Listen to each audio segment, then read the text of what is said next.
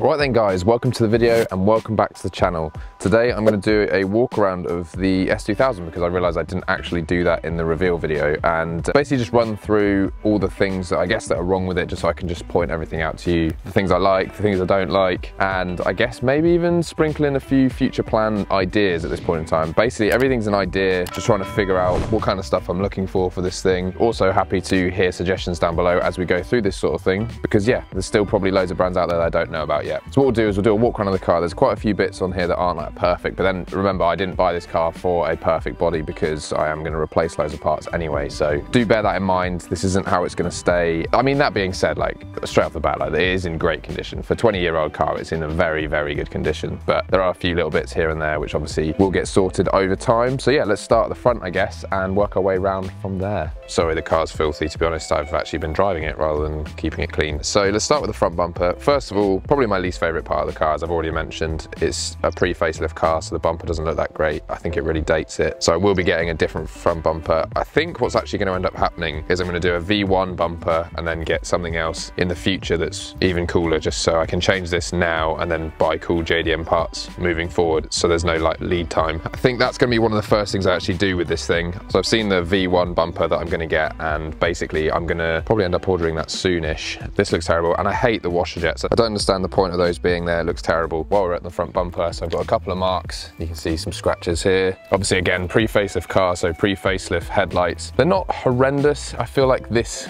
jaggedy line bit here does date it quite a lot. The facelift lights do look a lot better, but they seem to be very hard to find or very expensive. Weird thing is that Honda has stopped making headlights for this, but that you can still buy them new for the EP3, which I find very strange considering this car was made 3 or 4 years after the EP3 finished production. Facelift lights will probably happen at some point, but it's not a major rush for me. These will probably still look pretty good with the front bumper I'm going to go for. Whilst we're on the subject of headlights, this headlight seems to be a bit cloudy compared to the other side, so that just needs a lens restoration, I reckon. But neither of them are leaking, which is good. To be honest, just a front bumper and an exhaust and this car will be sick. The other thing I'm not the biggest fan of is these little black lips down here. I haven't really looked into it. I don't know if that's part of the arch or if that is on the bumper. Next up we have the bonnet, and yeah, the grey on the Civic, I didn't realise how much that hid dirt, because I come out every single day and look at this thing and it's got some sort of dust all over it. So because the bonnet is massive and obviously is pretty flat, it seems to be the brunt of most sort of damage from the elements, I suppose, from above. So we've got some marks on the bonnet here, sort of like top coat, sort of clear. There's quite a lot of those all over it. This one is actually probably the worst part of it, but the worst part of, I guess, the bonnet is this little rust bubbling bit that's going on here. Again, it's not crazy, and again, obviously, carbon fiber bonnet is going to come at some point. So that's, again, another reason why I don't really mind too much. So I've got an interesting one for the front badge. Put on Instagram a little poll to see whether you guys think I should do yellow badges, which would go with the accent colour I'm thinking of doing with the car, because I think blue and yellow will look really good. Do I do yellow badges, or do I do the red to match the Type R? The only downside to the red is obviously this isn't a Type R car, so I think that would look a bit weird, but this in yellow I'm kind of leaning towards, because once I get other yellow accents on the car it will look good. I'm not going to go overboard with the yellow. Let me know down below, would you do red or would you do a yellow badge? So moving around to the front wings, and both sides front wings, absolutely nothing wrong with these actually. These could be one of my favorite areas of the car. The shape of these things just looks so good. I mean, there's a couple little surface scratches that you come to expect with a 20-year-old car, but they are in very good condition, and also the badges are in really good condition too, so it's not like I need to rush out and replace these. And even the indicators basically looks brand new. And I do actually like the clear look, so I'm probably going to leave that clear. I was thinking maybe doing like, because you can buy black badges, but I think that you'll just get lost in the blue. It would make sense if you had like a grey car or something, but front wings are probably going to end up changing anyway. I'm torn between the J's Racing wings and the Spoon wings, but there's also some Powerhouse and Muse wings that look really good and are kind of hard to find, so if I can find those that'd be kind of cool, but I think those you have to modify if you don't do the Powerhouse and Muse front bumper, so I'm not sure on those yet. Also finding them is going to be very hard. But yeah, the front wings, the other side's basically exactly the same as this one as well. Front wheels, these Enkei RP01s, I'm still a big fan of these wheels actually, they look really good. 225s in the front, no issues. These have been fully ceramic coated as well, so the dust and dirt just washes straight off of these. It's great. Got Muteki wheel nuts and a locking wheel nut on this as well, so that's an added bonus too that I didn't have to go out and get. And these brakes have been painted silver. One of the things I'm thinking is either paint the standard ones yellow, but that's kind of pointless. I'm thinking of doing the spoon calipers, but get those repainted in yellow basically. I think that would look really cool. That would be just one of the exterior hints of yellow on the car. Let me know down below, do you think that's a good idea? Or would you do something different? I don't think the spoon blue would work with this blue. I think the blue is too different for it to work. That's why I was thinking yellow. If there's some other option out there that's already yellow, maybe I'll go for that instead, but the spoon would be kind of cool. Nankang NS2R tyres, great looking tread pattern and loads of tread on these too. Basically don't really need to worry about wheels and tyres for a very long time because yeah, I think these look really good. I basically think until I change the front wings to something wider and I have to get a different spec wheel, these will stay on the car. The wheels that I do want for this in the future are raised CE28Ns, which are going to be crazy expensive. That's kind of lower down the list now that I have these wheels on here already. Okay, so we got the windscreen wipers, which are probably one of the worst performing windscreen wipers I've ever seen on a car. They are absolutely terrible. For the one time I got caught in the rain in this driving it home from picking it up actually, but they are dreadful. So I'm definitely going to be ordering the spoon wipers at some point in the very near future, to be honest, because they'll look way better than this too. Plus it will say spoon on it. That's freaking cool. Just a subtle mod, kind of expensive, but will look really good. The windscreen itself is in okay shape. It does look like it has been replaced before. It's got an RAC windscreens thing there, so that's obviously not the genuine one. And there is a stone chip in it here as well. So this may end up changing because that may crack. I'm not sure, but yeah, not the original glass in the car. The mirrors are in pretty good condition. Got a couple of scuffs on them from, I guess, where they've been parked next to a wall or something and just scuffed it a little bit. But the mirror itself's in good condition, way better condition than my EP3 ones. Those are stone chip like crazy. Not sure on mirrors actually. I haven't really done too much research on mirrors, so I could either do spoon glass, I could do the spoon aero mirrors, or there's Craft Sport I think do mirrors for this as well. There's probably some other options out there, but at the moment they're totally fine and work, so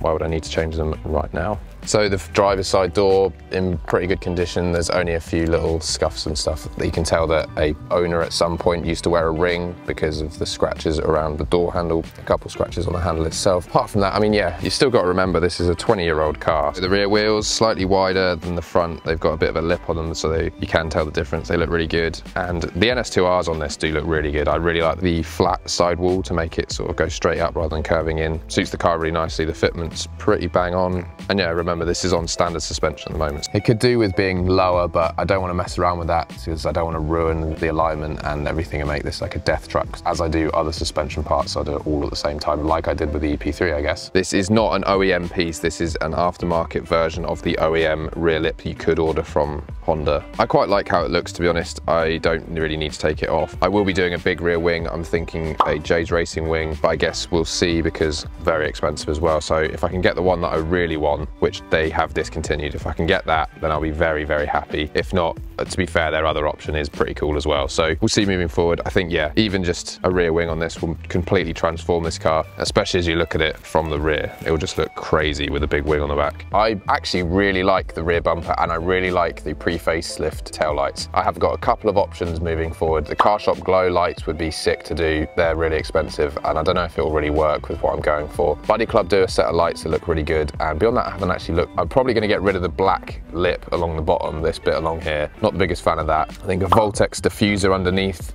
take that black bit out, and an exhaust system. The back end will look really good, even just with this standard rear bumper. Moving forward, I'm probably going to end up getting the ASM Spec A bumper, not the wide body one, just the standard one. I don't really want to wide body the rear of this car at this point in time. That may change in the future, I don't know. But the arches and stuff, oh, I didn't even talk about the arches, did I? The arches in this are in really good condition, so we'll go have a look at that right now. So as you can see, I hope you can see, the arches on this are in very good condition. There is basically no rust on this side. It's hard to actually get in there and show you because it's quite dark in there and quite bright out here. The other side I think has got a little bit more rust, so I'll show you that. So yeah, here you go. This is basically all of the rust, and compared to the EP3 this is nothing, so I'm pretty happy. Yeah, there's a little bit bubbling up here, but so far it's in good condition. I mean, obviously the plan will be to sort this out and then sort out the underside and everything, but that is also in very good condition. Not that I've actually had it up on a ramp yet. What I'm actually going to end up doing is getting a health check from Motion Motorsport so I can sort sort of get a full breakdown of things I need to look out for and maintain with this thing. In terms of rust for a 20-year-old Honda, I think I've got a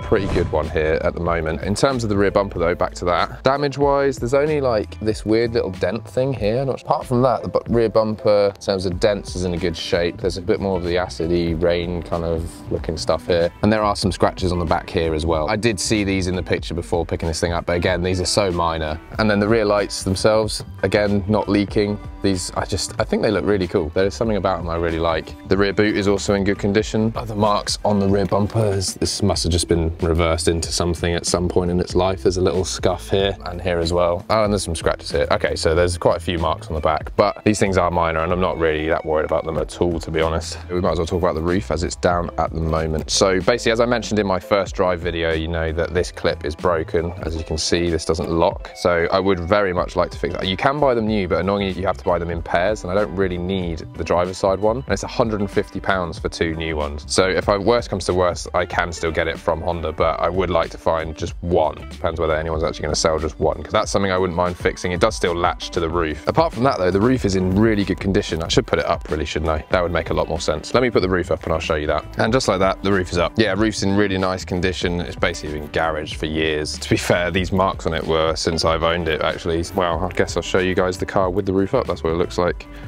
with a soft top up. Very happy with the condition over all of this, but let's put it back down so I can talk about the interior. The interior is actually in really nice condition too. I do like the full black leather interior. That looks good. The driver's seat's got a little bit of wear on it, but again, 20 years old, not that bad. These very nice Honda mats in it that are reminiscent of the JDM EP3 mats. Quite an expensive upgrade, these, I think. I think there's like 300 quid or something for these mats. It's like 4 little bits to them. But I'm glad the car came with those already. The kick panels are in relatively good condition too. I have seen that charge speed do make a carbon sill, which is very tempting down the line at some point. I think it replaces the whole piece here, basically. All of this bit would be carbon, which I think would look so good. There is also a carbon center console, and I can't decide whether to do it because the charge speed center console does cover this pad, which seems stupid. I'd rather have that as a pad. So there is one on eBay that covers just around the handbrake and this sort of padded section here. I can't decide whether to do it though, because this section is padded. I don't know whether I should just leave it leather, just so I don't have hard carbon fiber instead. I don't know, because as you guys know, I do love my carbon fiber. It's a bit minging in here as well, because I haven't cleaned this interior at all since I've owned this. A little addition that I've added is this car mount. I can't think of a better place to put this at the moment. It's just a little magnetic one to just have my phone for longer journeys. When I'm just driving this around locally, I actually just don't even bother putting my phone anywhere. That's probably because I can't plug it in yet. So probably the first upgrade is going to be a head unit, because as you can see, I have the standard head unit in here still. So I'm actually going to change this relatively soon, because I still have the single DIN from the Civic. So I'm going to throw that in here, and I'll get a module to get the control buttons on the side of the steering wheel to work, which I'll show you once I get around there. The other thing as well is the gear knob is in pretty good condition.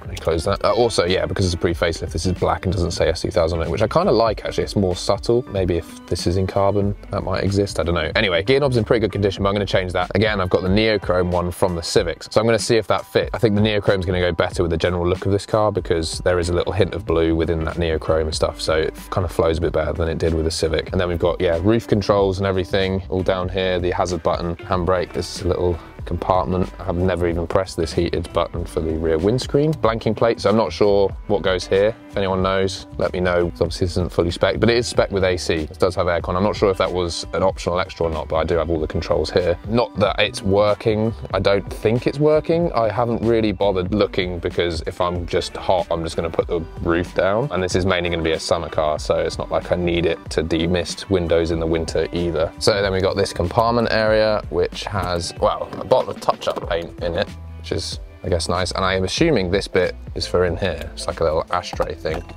Guessing that just pops in there or something like that. But yeah, a little bit of touch-up paint in the right color and a squeegee thing. I didn't put any of that in there. That was just how it was. Oh, that's pretty cool. Looks like I'm discovering stuff at the same time. That's pretty cool. So you can put like a passport or some documents or something in there. The boot release button is in this compartment too. And what's cool is you can lock this. Interesting enough, actually, this thing doesn't come with a glove box, as I'm aware. Something I found with George when I took him out for the first time is the upper section here, which I never knew existed. So I've got a code reader and a phone case that fits on my magnetic charger just chilling in there. So whenever I go on a long journey, I can just put that phone case on. So yeah, this is a handy little section that I didn't know existed. So that's the sort of the center console area, really. And then we get to the driver's side, and it's a great little cockpit, to be honest. I love how this thing feels when you're driving. The driver's seat definitely sits too high. I found that Backyard Special make a lowered seat rail for the standard seat, which I do want to get, but don't know how to get one in the UK at the moment. So that's going to be something I need to figure out and order soon, because yeah, I definitely feel like I'm on top of the car rather than in the car. Bolster wear on here isn't too bad, to be honest. Steering wheel's in really nice condition, and I actually really like the standard wheel. I'm not sure what I will change it. I'll probably end up changing it to a spoon or the Mugen steering wheel in the future. At the moment, I actually really like how this feels. Kind of throwback kind of era to the EK9 steering wheel a bit as well, which I kind of like. So once you're in, got all the climate control-y stuff here. The heater on this is instantly hot even when the engine's cold, which is a very, very, very nice feature. It's kind of funny because the stalks in this feel very similar to the Civic, so I wonder if they are actually the same part or if there's slight shape differences or whatever. And then this is the media controls plus the engine start button. So it's engine start only, it's not engine stop. So if you press it while the engine is running, you will just hear the start motor scream at you. Audio controllers all here, so there's a little module you can buy for head units to make all these buttons work. And then we also have